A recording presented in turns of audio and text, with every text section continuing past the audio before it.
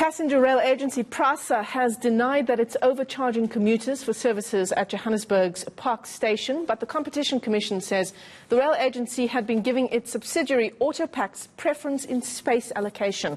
Now, to talk about these issues and a range of others, we're joined now by Prasa spokesperson Makosini Mgitwa in studio. Thanks very much for coming in.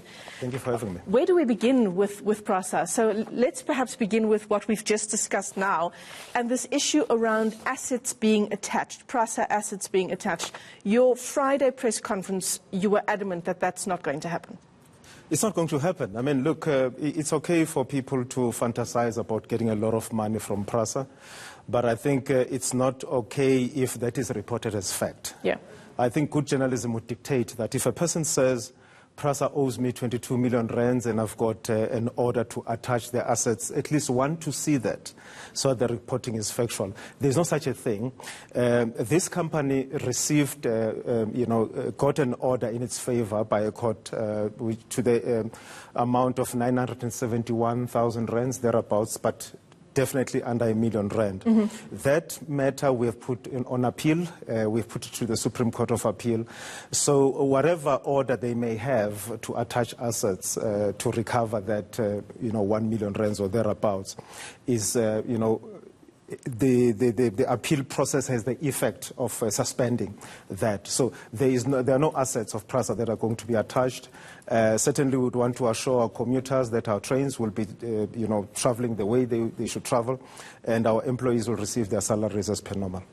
So Mbalula, the Transport Minister, Fikile Mbalula, he's talked a lot about Prasa just over the past few weeks. We've seen trains going up in flames on a regular basis. The number of trains that we have available for our commuters, that number is dwindling very quickly. We need some urgent steps to be put in place, and I believe those steps were being undertaken. How far are we now if we were to give commuters an update on the health of Prasa, which hasn't been very healthy? What would we say? I think let's start here. Minister Mbalula has said this numerous times, yes, and the administrator, Bongisizwe Mpondo, has said this numerous times, that Prasa is broken. It is broken. It was looted dry and it was hollowed out. You must know that if people want to steal money from an organization like Prasa, they first sow chaos. So in the midst of that chaos, they loot. So it's an organization which is really immersed in chaos. Everywhere you look, there's chaos. And that is not to say that all our employees are involved in that. I would believe that a majority of them are hardworking, honest people. But, in strategic roles, there were people whose intention really was to loot Prasa. So I think we need to manage expectations of our commuters, that it is going to take us time to turn the situation around. What did your new exec say? What did they say? It was a 12-month sort of period? We have 12 months to turn the institution around. Already we are hard at work doing that. We've had a number of meetings with the Western Cape provincial government, particularly the Transport Department, with a view to seeing how we can, how they can help us and how we can help each other, so that the central line in Cape Town can be reopened. If you fly to Cape Town in the morning and land, let's say, at 8 o'clock, 8:30, it can take you up to 2 hours to get to Cape Town city centre, because the traffic that was on rail is now on the road. We have had these instances of people burning our trains, especially in Western Cape, and the difficulty is, for instance, there is an instance where we caught 2 youngsters, teenagers, who had burned a train. They were arrested. When the police were interrogating them, in comes a hotshot lawyer, and we can't continue, the police can't continue with that interrogation. And the lawyer won't tell us whose interests he is representing. So there is sometimes, and Minister Mbalula has spoken about economic sabotage. There is sometimes instances where you can see that it's sabotage when people burn down a train. It's understandable where people want to take copper because there is value that they're going to derive out of it. But if people burn a train, it means that it is really sabotage. There's no other way of looking at it. And if you look at Mabupane, also we are going to be restoring that line. The President did announce at the State of the Nation address that 1.4 billion for each project project. So almost 3 billion rands that's going to be spent in Tshwane and in Cape Town. And once we have secured those lines, we'll move on to others. It is going to take take quite some time. For instance, the Central Line and Mapupane lines, we envisage that around September we should have limited service operating. So 12 months is a reasonable amount of time, but if we think about the incredible rot that you yourself have described, it's actually not that much. It's not that much time to do a cleanup of everything that's happening. It is going to be an ongoing process, undoubtedly. It's just that the situation where the organization is put under administration, it is business unusual. We don't have a board, we have an administrator who accounts to the shareholder representative in parliament, and he has regular media interviews to keep the nation in the know as to what he's doing. So that period, you can't allow it to run for a long time. It has to be a short period by definition, but it has to be long enough for the administrator to have time to turn the situation around. But what do commuters do in the meantime? I'm just thinking about when the president was traveling. Do you remember when he took the train last year? I'm not sure which part of the country he was traveling in, but he himself and his entourage got stuck for hours on the line he was traveling on. You know, you raise a very important question. When we talk about Prasa, sometimes we in the middle classes, we look at Prasa like one of the many, well, let me say one of the state-owned entities that are in trouble. It's much deeper than that. To other people, the train is the only mode of transport they have.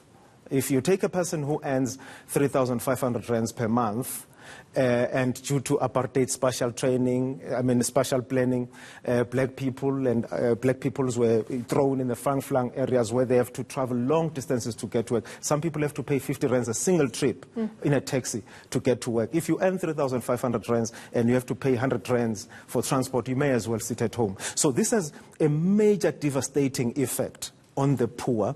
It has a devastating effect on low-income earners. So we do not have a choice. So what drives us, what drives this government, what drives the ministry, what drives the administrator, it is the plight of poor people who do not have any other means of traveling. If you see people, for instance, standing at street corners looking for work, they move from where they stay to those places using the train. And if the train is not available, it just simply means they have to sit at home and do nothing. And of course, we know that so many people have lost their jobs in the process of what's unfolded. Absolutely, there is no doubt about that. There are many people who have lost jobs. In fact, this is an assault. You know, when people damage our infrastructure and therefore trains cannot operate, it is an attack on the economy, because trains move people who are going to work. So if the trains are not there to move people to go to work, it means people don't go to work. And the economy can't be, served by a situation like that. I would go as far as to say it's an act of economic sabotage and treason. And I'm not even talking about the people who burn trains. I'm talking about the people inside of Prasa. One of the things that we will have to fix, it is the brand reputation of ABSA. The damage to the Prasa brand has led to us being desensitized. If I were to go to OR Tambo and burn a plane because I was not happy about something, there would be a huge outcry. You wouldn't get very far. Yes. Yeah. But somehow life goes on. If people burn trains, if people, vandalize the infrastructure of Prasa, that's because, in the past, Prasa has had a very, very bad reputation. So we're trying to fix that so that it's not okay for journalists, some journalists at least, to take on the fight of suppliers to Prasa, to say, pay these suppliers, pay these suppliers. It is exactly that attitude that got Prasa in the problems. Because if a supplier comes and say, Prasa owes me 22 million rands, and we're saying, no, even the 1 million rands that the court said we must pay you, we don't think we should pay you. If we're being pressured to pay in instances like that, it simply means we don't want Prasa to recover. And we're not going to do that. We're not going to be paying people who don't deserve to be paid. And in instances where we paid lawyers late, for instance, we paid them on Friday for the case that's on Monday, that's simply because Prasa is broke. There's no money. It's under administration because it's broke. We can't pay money we do not have.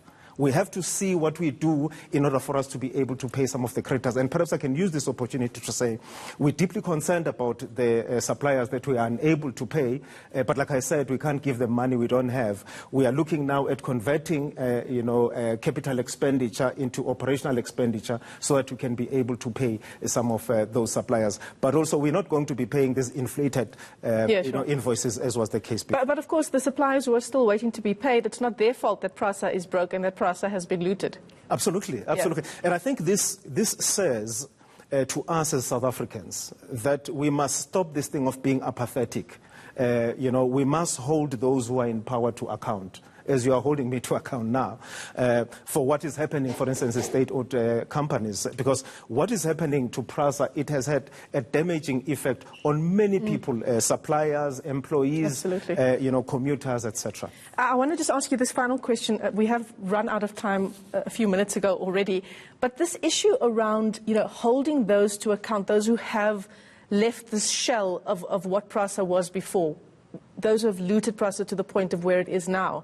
And then we have this issue of these laptops being stolen. Was it just last week? Yes. And funnily enough, it's stolen out of the office of an attorney that's acting for Prasa, which makes one think that it must be an inside job, because who knows that those laptops with that very important information is stored in that particular place?